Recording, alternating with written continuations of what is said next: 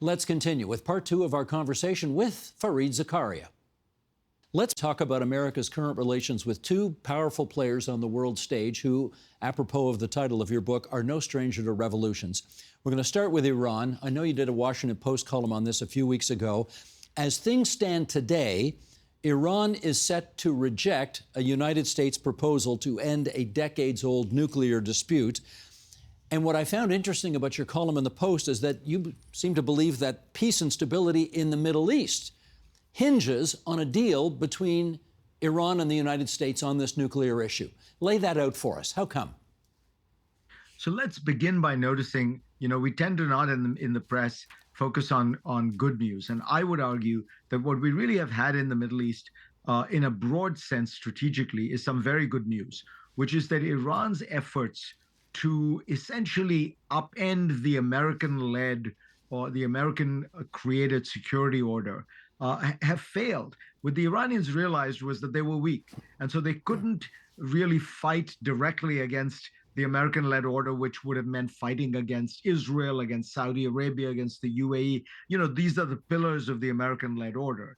But instead, what they did is they put together an array of proxies: the Houthis, the Hezbollah, Hamas, the Syrian regime, and those the militias in Iraq. And those kind of kept everybody at edge, uneasy. It diverted shipping. It meant that, Israelis couldn't live in the north. Well, Israel's attacks on Hezbollah, on Iran, have been very powerful and effective. The fact that Russia is occupied with Ukraine means that the Syrian regime turned out to be much weaker than we expected. And between the withdrawal of Iranian support and Russian support, the Syrian regime has collapsed. So what you're looking at is a world in which Iran is weak. Its proxies have been devastated. And so it needs peace. It needs to make a deal. And that's why I think there is a chance here to permanently codify and reset the Middle Eastern order, so that it's and I think it's basically better for everyone, which is it's more about peace and stability and freedom of navigation and allowing countries to develop and grow and trade. And even the Saudis have come to realize they were the biggest opponents of an Iran deal. They are now the biggest proponents because they realize in order to modernize at home, they need peace and stability abroad. The two big problems, I would argue, are, on the one hand, we need to give Iran some way out. It can't just be pressure.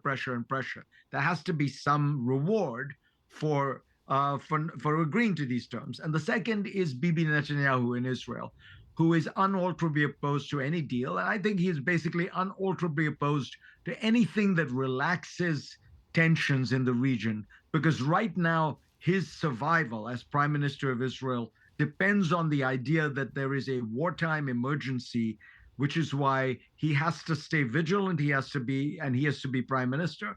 If that wartime emergency goes away, his government is likely to collapse and he faces possibly criminal prosecution. So as Ehud Olmert, the former Prime Minister of Israel, says, Israel is now engaged in essentially a personal private war that benefits one man more than it does the country. And let me ask you about the other revolutionary power, admittedly 7.5 decades in the rearview mirror, but China. Tell us what you believe the global consequences of a full-blown trade war of the world's two largest economies, China and the United States. What could that mean for everybody else? It would mean probably it's the single event that could reverse much of the progress that has taken place in the last 30 or 40 years, because it would mean a decoupling of the global economy almost entirely, a genuine deglobalization. Right now, we really haven't had any deglobalization. People talk about it, but it's frankly nonsense. If you say you're not going to buy stuff from China and you start buying it from Vietnam or India, that's not deglobalization. That's a reglobalization. You're just buying it from another foreign country. But an actual, complete, wrenching, decoupling, well, then you're talking about these supply chains completely unwinding. People are going to have to find a whole new way of doing things. You'll divide the world into two camps. The camps will become increasingly geoeconomic as well as geopolitical. So I think it's very important, actually, for the progress of the world, that we don't end up in a second Cold War, except this time with the second largest economy in the world and the only other truly technologically cutting edge country in the world other than the United States. The Soviet Union never had that kind of a kind of imprimatur on the world, that kind of weight in the world. So this would be much, much more damaging, I think. China is an adversary. China is a geopolitical adversary, and China is a pretty tough Leninist dictatorship, and therefore we are going to have an adversarial stance with it. But I think the challenge is, can we do that without turning this into a genuine replay of the Cold War, except this time with the second largest economy in the world, technologically sophisticated, and involving the combination of artificial intelligence, robotics, and nuclear weapons. To me, that is a frightening thought of of a spiraling arms race that involves nuclear weapons, AI, and robotics. You can easily see something going very badly awry in that picture. Yeah. Okay, a few minutes to go, Fareed. Let me see if I can sneak in two more questions. We had your friend Tom Friedman from the New York Times up here last week, and excuse me, we did a program in front of a live audience at University of Toronto, and I asked him about this 51st state business that, of course, the president has been trolling us on for the last many months. Tom Friedman's view was we shouldn't take any of this stuff seriously. What do you think? I think you should take it seriously, but not literally, in the famous phrasing about Donald Trump in general. Because I think it does reflect something about Trump. It reflects a kind of petty narcissism. It reflects a kind of bully, the core nature of a bully. Always try to put people on edge, always try to demean them, always try to make them feel bad. Always try to lord over the fact that you are maybe bigger and richer than they are. These are all very real aspects of Trump's personality, and right now Trump's personality is the single most powerful determinant of American policy, just because he has turned the presidency into a truly imperial presidency, where he pays almost no attention to Congress, even pays very little attention to the courts right now. So I don't think you can just say it means nothing. Now, will it translate into some kind of annexation of Canada? No, of course not. That's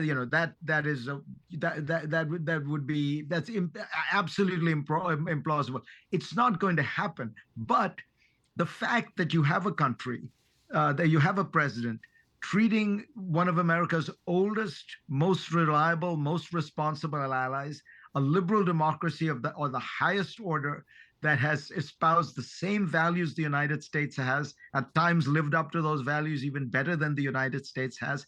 The fact that you have the president of the United States trying to demean and humiliate, that country, is a matter of profound shame for me as an American, but also a sad sign of where we are, in the world, where we really do need the democracies of the world, the countries that believe in human rights, that believe in good governance and the rule of law, to be banding together, because there is a challenge from the Russias and Chinas of the world.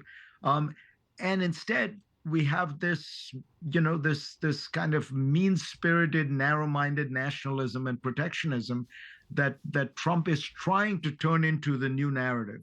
As I say, the one saving grace here is that not a lot of people are buying it. Some people in Europe are, but for the most part, I was in Europe last week. What I'm struck by is how, to a large extent, people are not always rejecting, but some of what Trump is saying is really falling on deaf ears. Thank God. Well, this acronym that's going around these days, Trump as a taco.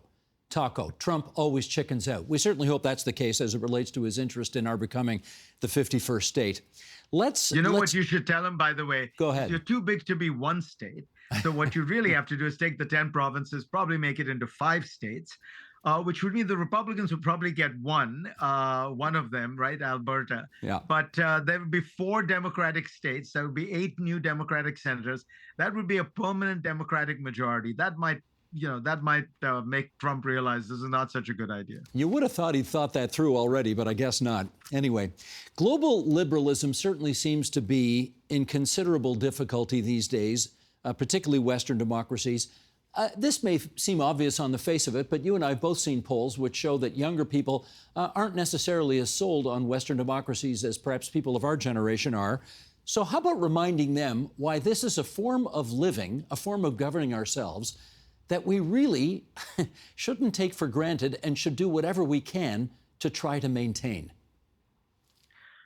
I think part of it is that young people don't have any memory or knowledge of the alternative. There is a sense in which it's all so far back. The Cold War, if you think about it, most young people were born after the end of the Cold War. They have no living memory of communism, of the dissidents, of the gulags, of any of that. They've seen a world in which democracy is the only thing around. So you take for granted what you have. The truth of the matter is, democracy has provided human beings with more freedom, more liberty, more wealth, more prosperity, and more equality than any other system we know. Even now, even the last 30 years, one of the things I've been trying to remind people is that in countries like the United States and Canada, people just don't realize how much progress we've made.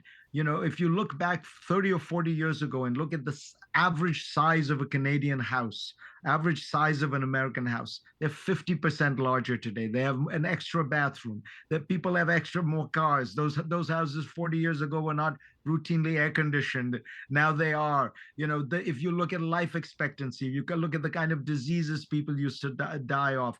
And there are so many little things. I was just reading a report on how violence against people in Wales has declined by something like 75% in the last 30 years. And you know why it is? Because people used to, I hate this, it sounds like a cliche, but they used to beat themselves up after they get completely shit-faced at bars.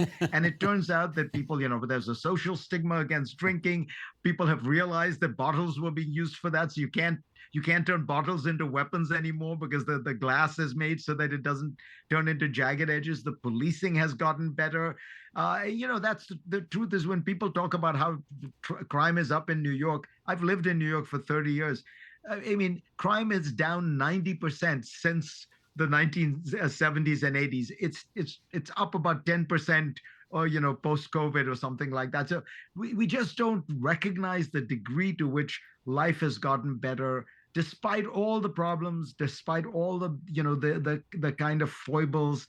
The thing about liberalism and liberal governance, and I mean liberal very broadly, is it's focused on human betterment, on individual lives, on people getting having better lives, having better, more disease-free living, crime-free cities, all that kind of thing. What it isn't good at, and here's its flaw, it's not good at inspiring the heart. It's not good at filling you with some kind of atavistic pride, right? It's not good at that sense of tribal belonging. It doesn't scratch that itch. And what the populists have realized is that's a very real human need. And that is liberalism's problem. Is telling people you're going to have your houses will be 25% bigger, and and there'll be more technology in them, and you'll be able to travel to more interesting places, and your daughters will be able to get educated and face no discrimination. That doesn't fill the heart with the kind of irrational tribal pride that makes you want to do great projects, build great buildings. Think of the great cathedrals of the world. They're all built to a god nobody could see but feared. That sense of belonging and pride, that liberalism doesn't know how to provide, and that is its Achilles heel that the populists are capitalizing on. Just before we say goodbye, I can't help but ask one last cheeky question, which is to say, you have a very interesting birthday. Your birthday is January 20th, which is Inauguration Day, and I wonder whether you celebrated your birthday this year with Donald Trump's return, or maybe was there a competing emotion at play? Oh, look, I make no bones of the fact that I regard Donald Trump's election as a very sad moment for America, because I think it is premised on the idea that America has done badly in the world, and I think America has done very well in the world. It has done very well by the world. I think the 8 decades of American leadership has been great for the world and great for America. It's the longest period of peace and prosperity in recorded history. And so, yeah, I mean, I was very mixed emotions, and let me reveal something that the populace will delight in. As it happened, I was at the time of January 20th. I was actually not in America. I was in Davos covering the conference because we try to do the show out of there. But a friend did have a little dinner for me with a few people. All I would say is we talked a lot about the state of the world. I wouldn't say the mood was celebratory, though. Luckily my friends did raise a glass to me at least. Amen for that. Let's remind everybody your book is called Age of Revolutions, Progress and Backlash from 1600 to the Present, and we are delighted that it has brought Fareed Zakaria to our program one more time. Thank you so much. Take care.